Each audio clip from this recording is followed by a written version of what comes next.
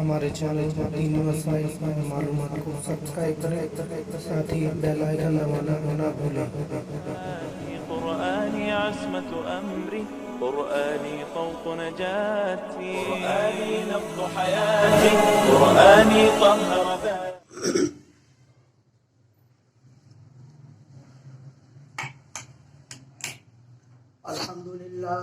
الحمد لله نحمده ونستعينه ونستغفره ونؤمن به ونتوكل عليه ونعوذ بالله من شرور أنفسنا ومن سيئات أعمالنا، من يهده الله فلا مضل له ومن يضلل فلا هادي له، ونشهد أن لا إله إلا الله وحده لا شريك له، ونشهد أن محمدا عبده ورسوله. أما بعد فأعوذ بالله من الشيطان الرجيم. بسم الله الرحمن الرحيم.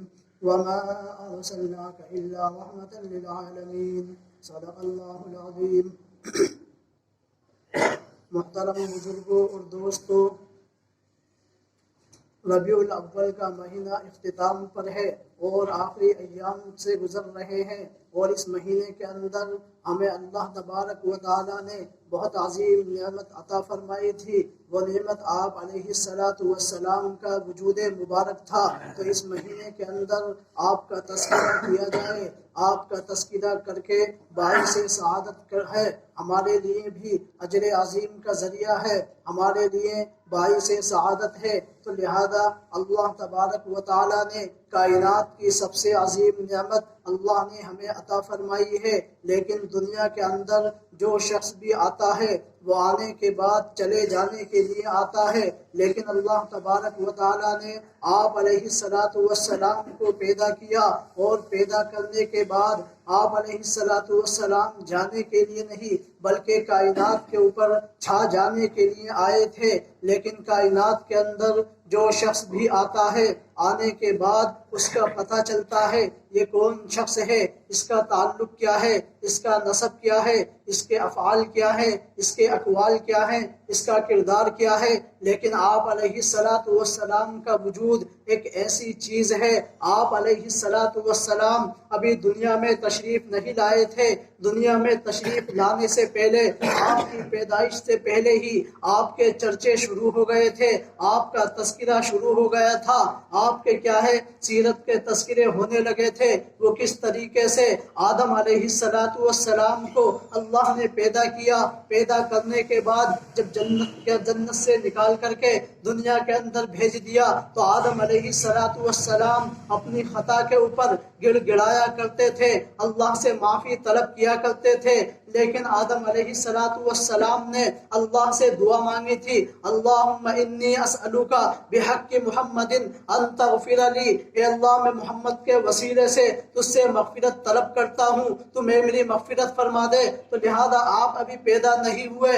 آدم علیہ السلام نے محمد کا واسطہ دے کر کے اللہ سے مغفرت مانگی تھی. اللہ فرماتا ہے فغفرت له، میں نے تیری مغفرت فرما دی ہے محمد کے وسیلے کے اندر، محمد کے صدقے کے اندر، محمد کے طفیل کے اندر. دوسری دلیل کو سنیے. موسیٰ علیہ السلام کیا ہے دنیا کے اندر آئے، اپنے حواریین سے، اپنی قوم سے فرمایا مبشرا برسول یاتی من بعد اسمہ احمد. لوگوں میں تمہیں کیا ہے خوشخبری دیتا ہوں، مبشرا برسول، ایک ایسے رسول کی، یاتی من بعد اسمہ احد، جو میرے بعد میں آئے گا. آنے کے بعد اس کا نام بھی بتلا دیا. اس کا نام کیا ہوگا؟ اس کا نام احمد ہوگا. یہ عیسیٰ علیہ السلام نے اپنی قوم سے فرمایا اے لوگوں، اگر وہ پیدا ہو جائیں اور مبعوث ہو جائیں تم ان کے اوپر ایمان لے آنا، ان کی رسالت کو تسلیم کر لینا، ان کے آگے اپنے سر کو ٹیک کر کے ان کی غلامیت کو اختیار کر لینا. یہ عیسیٰ علیہ السلام فرما رہے ہیں اپنی قوم سے، ابھی آپ پیدا نہیں ہوئے، دنیا کے اندر نہیں آئے، لیکن آپ کا تذکرہ شروع ہو گیا، آپ کا چرچا شروع ہو گیا. اس کی وجہ کیا ہے؟ عیسیٰ علیہ السلام بھی کیا ہے آپ کے تذکرے کی خوشخبری دے رہے ہیں. آدم علیہ السلام بھی کیا ہے آپ کے وسیلے سے کیا ہے معافی مانگ رہے ہیں. اس کی وجہ یہی ہے اللہ تبارک و تعالیٰ نے کائنات کے اندر سب سے پسندیدہ اور سب سے کیا ہے مخصوص اور سب سے کیا ہے اللہ تبارک و تعالیٰ کو پسندیدہ اور اچھا انسان جو تھا وہ آپ علیہ السلام کی شکل میں تھا، اس لیے اللہ نے کیا ہے اس کے تذکرے پہلے سے شروع فرما دیے، پہلے سے تذکرے شروع ہونے لگے، چرچے شروع ہونے لگے، آسمانوں کے اوپر بھی، زمین کے اندر بھی، شجر و حجر کے اندر، بحر و بر کے اندر، خشکی اور تری، ہر چیز کے اندر آپ کا ہی تذکرہ تھا، آپ کا ہی ذکر تھا۔ یہ اللہ تبارک و تعالیٰ نے ہمارے اوپر انعام یہ فرمایا، اللہ نے ہمیں اس نبی کی امت کے اندر پیدا فرمایا ہے جس نبی کی امت کے لیے انبیاء دعائیں مانگتے تھے۔ موسیٰ علیہ السلام نے فرمایا یا اللہ تجھے جو بھی سب سے زیادہ پسندیدہ ہو اور سب سے زیادہ کیا ہے سب سے زیادہ عظمت والا ہو اس نبی کی امت کے اندر مجھے کیا ہے بھیج دے، یعنی محمد کی امت کے اندر عیسیٰ علیہ السلام بھی دعائیں مانگ رہے ہیں اور انبیاء نے بھی دعائیں مانگی ہے محمد کی امت میں ہونے کے لیے، لیکن اللہ کا کرم یہ ہے، اللہ کا انعام یہ ہے، اللہ کا احسان یہ ہے، بغیر کسی درخواست کے، بغیر کسی چاہت کے اللہ نے ہمیں کیا ہے محمد کی امت میں پیدا فرمایا ہے۔ یہ ہمارے لیے باعث سعادت ہے، ہمیں اس کی قدر دانی کی کیا ہے ضرورت ہے اور قدر کرنی بھی چاہیے۔ جس کے لیے انبیاء دعائیں مانگے، انبیاء علیہ السلام نے دعائیں مانگی، لیکن کسی انبیاء کی دعا اللہ نے قبول نہیں فرمائی، صرف عیسیٰ علیہ السلام کی دعا قبول فرمائی ہے۔ اس کی وجہ کیا ہے؟ اس کی وجہ یہ ہے کہ عیسیٰ علیہ السلام کیا ہے آسمان کے اوپر زندہ اٹھا لیے گئے، قرب قیامت کیا ہے وہ دنیا کے اندر نزول فرمائیں گے، لیکن اماں عائشہ فرماتی ہے یا رسول اللہ کیا دجال کے بارے میں کچھ نصیحت فرمائیے۔ اللہ کے نبی نے فرمایا کہ اے عائشہ ڈرنے کی ضرورت نہیں ہے، گھبرانے کی ضرورت نہیں ہے، اگر وہ میرے کیا ہے سامنے آ گیا تو میں اس کے لیے اکیلا کافی ہو جاؤں گا، لیکن اگر میرے بعد میں آیا تو میں تمہیں ایک ایسی چیز بتاتا ہوں تم اس کو کر لیا کرو، انشاءاللہ دجال کا فتنہ تمہیں کبھی نقصان نہیں پہنچا سکتا۔ وہ کون سی چیز تھی؟ وہ قرآن مجید کی ایک سورت جسے سورہ کہف کہتے ہیں، یہ کیا ہے اس کو 8 دن کے اندر یعنی جمعے کے اندر پڑھ لیا کرو، انشاءاللہ دجال کے ضرر سے، دجال کے فتنے سے، دجال کے نقصان سے تم محفوظ رہو گی۔ تو لہذا ہمیں بھی چاہیے ہم ہر جمعے کو کیا ہے سورہ کہف کی تلاوت کریں، دجال کے فتنے سے ہم محفوظ ہو جائیں گے۔ اس کے بعد کیا ہے عیسیٰ علیہ السلام آئیں گے، اللہ کے نبی علیہ السلام کی سب سے پسندیدہ اور سب سے بڑی خواہش یہ تھی میں دجال کو قتل کروں، لیکن کیا ہے وہ آپ کے زمانے میں نہیں آئے گا، بعد میں آئے گا۔ تو لہذا عیسیٰ علیہ السلام اللہ کے نبی کی مرضی کے مطابق، آپ کی خواہش کے مطابق جب دجال آئے گا اس کو قتل کر دیں گے، تو لہذا کیا ہے اللہ کے نبی کے کیا ہے پسندیدہ کام کریں گے، اس لیے اللہ نے عیسیٰ علیہ السلام کی دعا کو قبول فرمایا تھا۔ اور اس کے علاوہ کیا ہے ایک چیز اور ہے، عیسیٰ علیہ السلام کی قبر مبارک اللہ کے نبی کی روضہ اطہر کے اندر ہوگی۔ اس کی وجہ کیا ہے؟ اس کی وجہ یہ ہے جب کیا ہے باپ کا ایک بیٹا ہے بہت مرضی کے مطابق، باپ کے مرضی کے مطابق وہ کام کو انجام دیتا ہے، تو لہذا باپ اسے پاس میں جگہ دیتا ہے۔ تو عیسیٰ علیہ السلام کیا ہے اللہ کے نبی کی مرضی کے مطابق، آپ کی خواہش کے مطابق دجال کو قتل کر کے جب کیا روضہ رسول پہ پہنچیں گے اور اللہ کے نبی کو سلام پیش کریں گے، اللہ کے نبی جواب دیں گے، تو لہذا کیا ہے ان کی قبر کو مبارک کو اللہ کے نبی کے روضہ اطہر کے اندر دفن کی جگہ کو کیا ہے مقرر فرما دیا ہے، ان کی قبر مبارک روضہ رسول کے اندر بنائی جائے گی۔ اس کی وجہ یہی ہے کہ وہ اللہ کے نبی کی مرضی کے مطابق کام کو انجام دیں گے، اس لیے اس کی جگہ وہیں پر ہے۔ تو لہذا آج بھی وہ جگہ روضہ رسول کے اندر خالی ہے، عیسیٰ علیہ السلام آئیں گے، شادی بھی کریں گے، ان کے بچے بھی ہوں گے، اور دجال کو قتل کر کے جب کہ وفات پا جائیں گے ان کی قبر وہی روضہ رسول کے اندر بنائی جائے گی۔ یہ عیسیٰ علیہ السلام کی خصوصیت ہے۔ ایک خصوصیت اور ہے، عیسیٰ علیہ السلام ہی کی دعا اللہ نے قبول کیوں فرمائی ہے، موسیٰ کی کیوں نہیں فرمائی، دیگر انبیاء کی کیوں نہیں فرمائی ہے؟ اس کی وجہ یہ ہے کہ عیسیٰ علیہ السلام یہ بیٹے ہیں مریم کے، اور مریم کے بارے میں آتا ہے روایت کے اندر جب تمام جو ہے لوگ قیامت برپا ہو جائے گی، جنتی جنت میں چلے جائیں گے، جہنمی جہنم میں چلے جائیں گے، لہذا اس کے بعد اللہ تبارک و تعالیٰ اللہ کے نبی علیہ السلام کا نکاح مریم سے فرمائیں گے۔ تو لہذا یہ کیا ہے عیسیٰ علیہ السلام مریم کے بیٹے ہیں، اور اللہ کے نبی کا نکاح جنت کے اندر مریم علیہ السلام سے ہوگا، تو لہذا یہ کیا ہے اللہ کے نبی کے بھی بیٹے ہوئے، اس لیے اللہ نے عیسیٰ علیہ السلام کی دعا کو قبول فرمایا ہے۔ دیگر انبیاء کی دعاؤں کو قبول نہیں فرمایا ہے۔ اس کے علاوہ کیا ہے، ایک بات دلیل کو اور سنیے، اللہ کے نبی کے دنیا میں آنے سے پہلے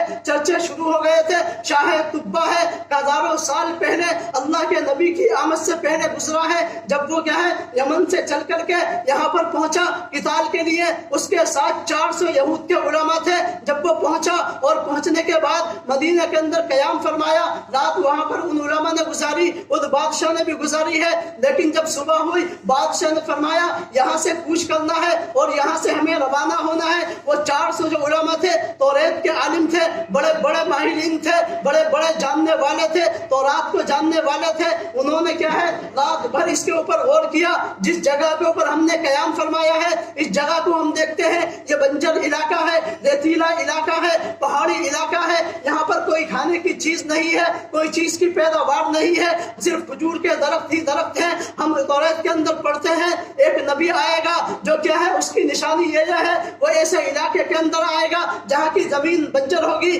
جہاں پر پیداوار بھی نہیں ہوگی اور وہاں پر کھجور کے درخت ہوں گے، تو لہذا ہم اس کو بھی دیکھتے ہیں۔ رات بھر ہم نے اس توریت کے اندر بھی غور کیا، اس بستی کے اندر بھی غور کیا۔ ہمیں تو ایسا لگتا ہے یہ وہی بستی ہے، یہ وہی جگہ ہے، یہ وہی مقام ہے جہاں پر ہم ٹھہرے ہیں، یہ اللہ کے نبی آخری نبی کی جائے پیدائش ہوگی۔ اے بادشاہ ہم آپ سے معذرت چاہتے ہیں، ہم آپ کے ساتھ جانا نہیں چاہتے۔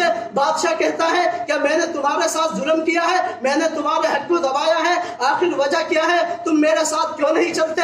بادشاہ سے اس 400 علماء نے فرمایا ایسی کوئی بات نہیں ہے، کوئی ظلم نہیں کیا ہے، کوئی حق کو نہیں دبایا ہے، صرف بات یہ ہے تم توریت کو مانتے ہو۔ بادشاہ نے فرمایا ہاں میں توریت کو مانتا ہوں، اگر مانتے ہو ہم توریت کو بھی دیکھتے ہیں، اس جگہ کو بھی دیکھتے ہیں، اس مقام کو بھی دیکھتے ہیں، یہاں کی پیداوار کے بارے میں ہم نے غور کیا ہے، توریت کے اندر پڑھا ہے، یہ تو ہمیں کیا ہے آخری نبی کی جائے پیدائش معلوم ہوتی ہے۔ بادشاہ نے فرمایا اچھا یہ بات ہے تو لہذا کیا ہے ہم یہیں پر رہیں گے، تو لہذا میں تمہارے لیے 400 کالونیوں کو کیا ہے انتظام کرتا ہوں اچھے طریقے سے۔ بادشاہ نے کیا ہے 401 کالونیاں بنوائی، ہر ایک عالم کے لیے الگ الگ مکانات کو بنوایا گیا، لیکن 400 علماء تھے، 401 مکان کو تعمیر کیا، ایک فالتو کیوں بنایا؟ یہاں پر کون رہے گا؟ بادشاہ نے فرمایا جس نبی کے بارے میں تم نے مجھے خبر دی ہے وہ آخری نبی آئے گا، تو لہذا میری طرف سے اس کے لیے ہدیہ ہے، میں پہلے سے کیا ہے اس کے لیے انتظام فرما رہا ہوں، اگر میری زندگی کے اندر آ گیا تو میں بھی اسلام کو کیا ہے اپنا لوں گا، اس کی غلامیت کو اپنا لوں گا، اس کا کلمہ پڑھ لوں گا، اس کا امتی بن جاؤں گا اور اس کا ہم نشین بھی بنوں گا۔ لیکن اگر میرے بعد آیا میں ایک پرچے کے اوپر کیا ہے چند اشعار لکھتا ہوں اور لکھنے کے بعد میری یہ وصیت ہے نسل در نسل جب بھی وہ پیدا ہو تو لہذا ان تک پہنچا دیا جائے۔ یہ بادشاہ نے نصیحت کی، یہ اللہ کے نبی کا اعزاز تھا، تو لہذا اللہ کے نبی کی جو کیا ننہال ہے جسے کیا ہے ابوا کہتے ہیں وہ مقام وہی ہے۔ ابو ایوب انصاری کا جو مکان تھا لہذا وہ ابو ایوب انصاری کا نہیں تھا، اصل میں اللہ کے نبی کا تھا، کیونکہ شاہ طبہ نے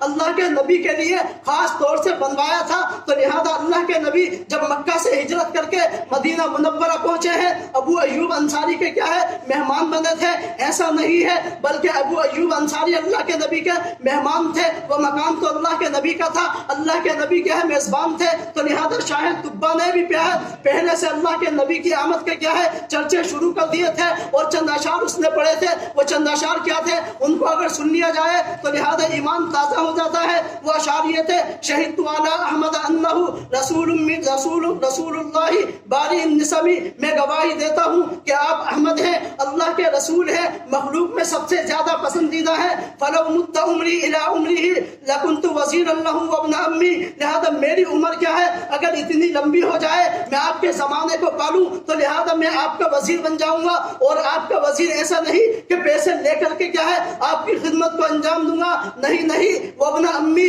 جیسے ایک چچا ذات بھائی ہوتا ہے بغیر کسی قیمت کے، بغیر کسی قیمت کے، بغیر کسی پیسے کے، بغیر کسی اس کے کیا ہے وہ کیا ہے خدمت کو انجام دیتا ہے، اس طریقے سے میں آپ کی خدمت کو انجام دوں گا۔ وجاہدت بالسیف اعداءہ وفرست عن صدرہ کل غم، اور میں کیا ہے آپ کے دشمنوں سے تلوار کے ذریعے سے آپ کا مقابلہ کروں گا، آپ کی کیا ہے دفاع کروں گا۔ وجاہدت عن سیفہ باعداءہ، اور آپ کے ہر غم کو کیا ہے میں آپ سے ہٹا کر کے اپنے اوپر لے لوں گا. یہ اس نے چند اشعار پڑھے تھے اور یہ اشعار اللہ کے نبی کے پاس پہنچے ہیں. اللہ کے نبی نے اس کو پڑھا بھی ہے اس مقام کے اندر. یہ اللہ کے نبی کا اعزاز تھا.